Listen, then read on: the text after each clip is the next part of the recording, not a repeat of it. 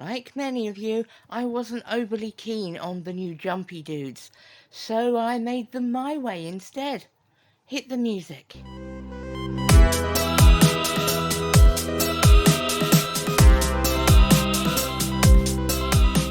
Howdy folks, I'm Autumn Witch and welcome back to Bleeding Tree Gaming. In this video, I'll be kit bashing the jumpy dudes from the Armageddon box for my Ultramarines. I've already done the captain in my previous video, so check that out after this one. It'd be great if you could like, share and subscribe and what have you, and let's crack on with the fun stuff.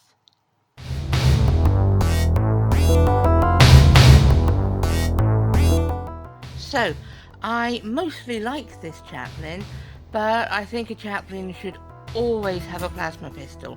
I built him as per the instructions, but left his left arm off to be worked on. I also leave his jump pack off for ease of painting access. I'm not a fan of the heavy bolt pistol design in general. To me it looks like an oversized Nerf gun. It's about the same size as a standard plasma gun. Fitting that I should be using one to make his plasma pistol. I'm cutting the length of the grip out from the old plasma gun, then trimming and sanding the two end pieces until they fit flush together. It takes a bit of back and forth to get it right, but I do it in increments to avoid taking too much. Once I'm happy with the fit, I use Tamiya extra thin plastic cement and join both halves together. I also removed the handle and trigger, so as I will be attaching it to his left hand, the same left hand that is holding the Nerf gun, so that needs removing. I cut carefully around where the two parts meet, and after a little more adjustment, I glue the pistol to his hand, again with Tamiya plastic cement. Now, as you can see, it's not a full arm, as it's meant to be joined with another component. In this case, one with a built-in shoulder pad, which I shall be replacing with an Ultramarine specific pad. To do so, I will need to trim the push-fit peg, then come in with some plastic cement and insert the part of the arm moulded to perfectly fit the socket, with the glue holding it in place instead of the pegs. As you can see, it fits nicely, leaving the shoulder area free for the new pad. This one is from the Ultramarines upgrade kit. As there's a lot of contact between the pieces, there's no need to use any filler under the shoulder pad. Although I want the head to be largely in the standard position, I still left it off and clipped off the pegs when building. This gave more options to adjust its positioning to my liking.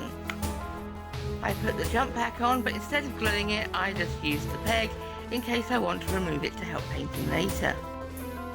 Now I'm cutting some triangles of cork to match the tactical rock he is stepping on. Not only do I stick them down with super glue, but I also saturate the cork with it. When this sets, it makes the cork easier to carve with clippers to further resemble the sculpted rock. I go back and forth with the glue and clippers until I am happy with the result. Ultimately, they will be largely obscured with snow effect and a few skulls on the base. So they do not need to look perfect, but I think they came out pretty good. And that's the chaplain. I started with some easy alterations, but it's the Vanguard vets I want to get heavier on.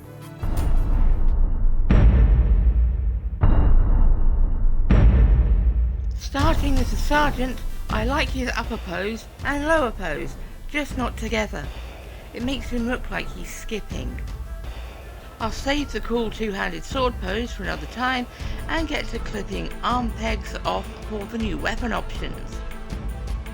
One of which is the power sword arm from the Ultramarines upgrade sprue with the Ultima symbol on the hilt. This component is paired with its own empty scabbard, which is also from the same kit. Again, before committing to a final position, I dry fit the piece until I'm pleased with it. It can take some faffing about until it looks right, but better to do it before you commit to the glue than after. This is sound advice that my ADHD brain often fails to remind me. I have this pistol from the current Intercessor kit. I don't want the pistol though, so I remove it, and the hand as the pistol it will be replaced with has a right hand attached. This arm is also without a moulded on shoulder pad, so I can use a more ornate one. But first I'm going to clip off his pistol holster to make room for his new scabbard. Fortunately, the holster and scabbard are of similar width, leaving me with the right amount of space to swap them out. Looks good to me. Now for the pistol. I have a hand flamer, which I believe is from the old Death Company kit. It's an older design than the Primaris hand flamer, making it just right for a veteran. I had this ornate shoulder pad from the previous Vanguard Veterans kit and a Sergeant's pad from the upgrade kit. Now the head is from the new Victrix Guard kit. It is the style worn by the most elite units of Ultramarines. I have 2 kits of Victrix Guard, which give me enough of these ornate helmets to fit out the entire squad. Lastly, I swap out the new style jump pack, the one from the old Vanguard Veteran kit, and the Sergeant is done. On to the others. I build them to the same point as I did the Sergeant and clipped off the left shoulder peg. For this guy, I want him to have this really old power fist. I can't remember what kit it's from. It was previously painted and stripped with isopropyl alcohol, but it looks fine when primed and painted. I really like how good it looks with this pose. For the other arm, I clipped off the shoulder peg and sanded it with my sanding block. I chose this arm from the kit. In this position, he looks like he's sidestepping an attack. Like the Sergeant, he gets a Victrix Guard head and another backpack from the previous Vanguard Veterans kit. Now the next guy has a moulded on upper left arm. It wouldn't be a pain in the cat flap to remove, but I have just the piece, namely a Horus Heresy lightning claw snapped above the elbow. This works nicely with the running pose. And he gets another bolt pistol arm from this kit.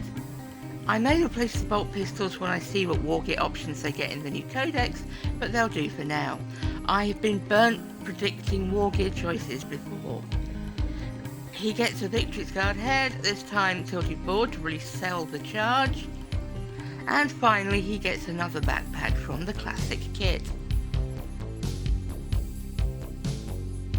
I went easier on the plasma pistol guy, giving him his normal arms.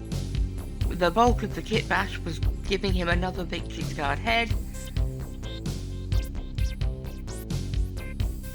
and another classic Vanguard Veterans jump pack.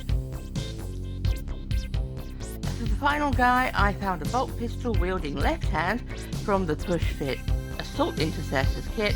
This switched up the pose variety, leaving me access to some older melee weapons that were usually right-handed. I had a rummage down in the Arcane Bits box of Doom and found this old double-headed power axe, also from the old Vanguard Veterans kit. Just a Victrix helmet and a classic jump pack. And that was my kit bashing process. Let us know what you think in the comments below and stick around to see them all painted up. Before I go, I'd appreciate you maybe giving a like and a sub, maybe try the hype button, just out of curiosity to what it does. We have some links in the description if you want to help the channel out. If not, we're just happy that you are here. I've been Autumn Witch, and you've been watching Bleeding Tree Gaming. Now, enjoy the finished models.